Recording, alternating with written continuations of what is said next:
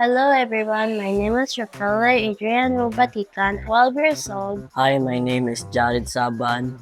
I'm 13 years old. I live in Libona, Bukidnon, and my home course is in Del Monte Golf Course and Pueblo de Oro.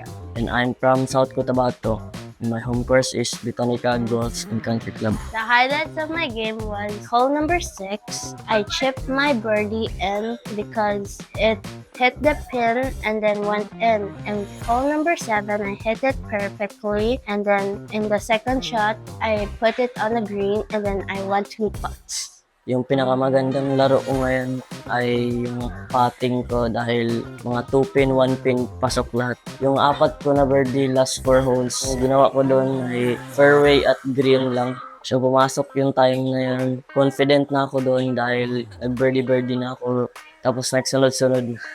My game plan for tomorrow is to stay positive no matter what and do my placing. Shout out to Papa Gak. Thank you.